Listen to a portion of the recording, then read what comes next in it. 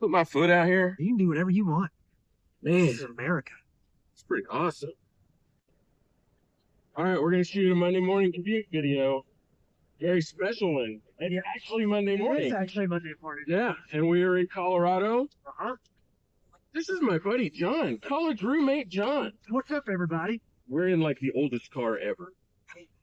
And by that, you mean it is precisely as old as me. It was manufactured the month you were born, correct? 100%? That's crazy. So I only got you beat by about 3 weeks. Yep. So this car is as old as both of us. Yep. And which means barely anything works. It's falling apart the same way too. I am. So we're in a 1978 FJ. Yep. 1978 FJ40 Toyota LandCruiser. And it's your daily.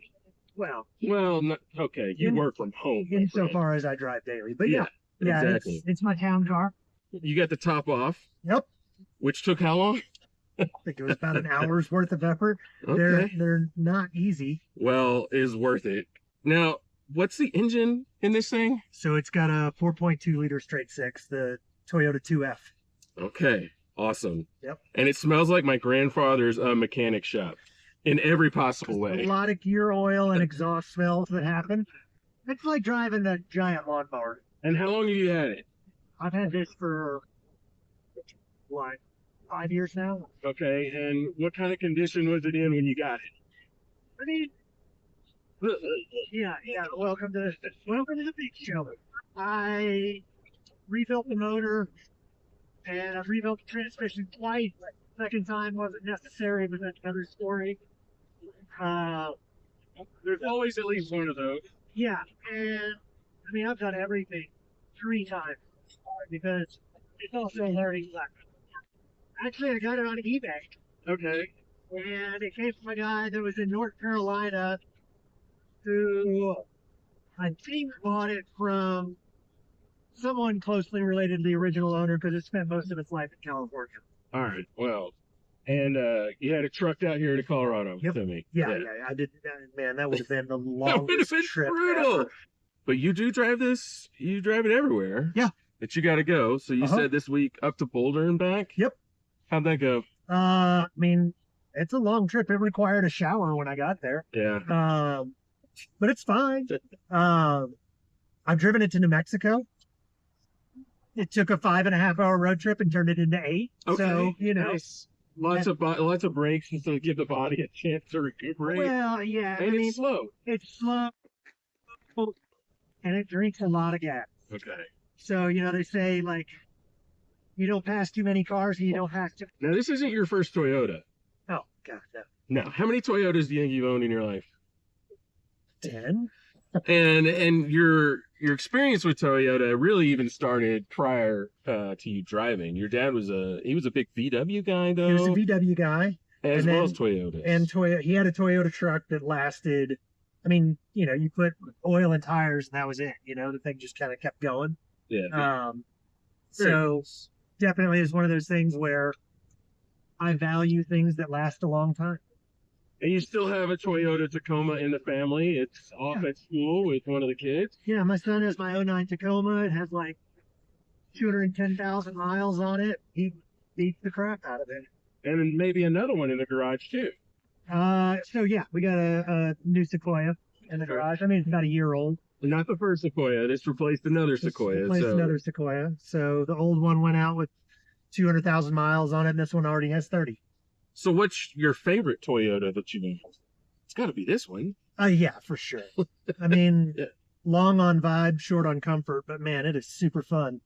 And the kids, they just jump back here in the jump seats around the neighborhood, I'm assuming. Yeah, I mean, you're not doing any long road trips that way, but, you know, run to get ice cream, run across town if you need to, take a kid mountain biking here and there. So in the time that I've owned it, I've spent countless hours and dollars just really trying to get it mechanically sound. Yeah.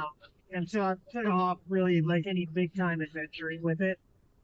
But definitely like taking it down to Uray and enjoying a lot of stuff that's around there, enjoying that stuff. I mean, even just enjoying some, you know, kind of quasi car camping around Denver.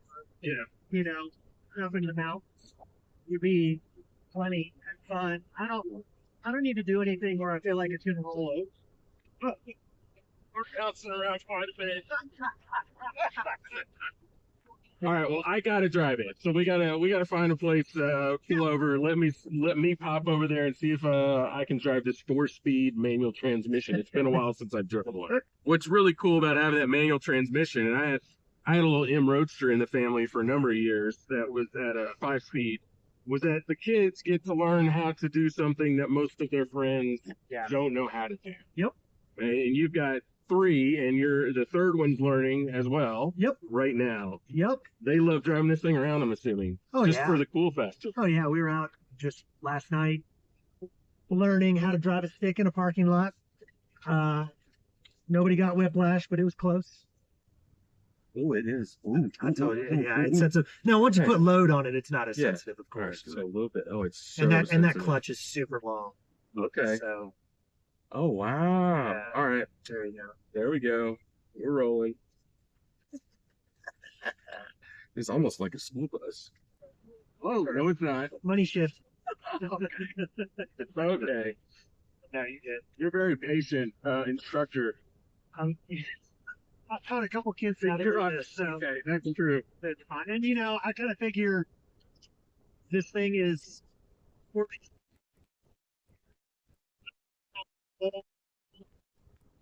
the likelihood of you doing something to this thing that it hadn't seen before is very, very low. Dirt road already? How? Okay. Gets a little squirrely. Okay. So over. Oh, There you go. whatever. You got it. I can feel it. Like it's very close. But it's very close. I mean, and especially like even with that long stick, it's pretty close. And so, no cruise control. So this is my cruise control. Oh, right here. Oh, that's awesome. So all it is So you just pull it back. so it's just a friction shifter from a bike, and it's just a cable that runs to the gas pump, and it'll just hold it down. All right, that's awesome. Because Yeah. otherwise, like That's a in the long road seating trip. position, the way you're seating and your foot's on the cat, Yeah. that's some burn. Oh yeah. Yeah. I Right. mean, like that trip to New Mexico, that little shifter thing, like saved my life.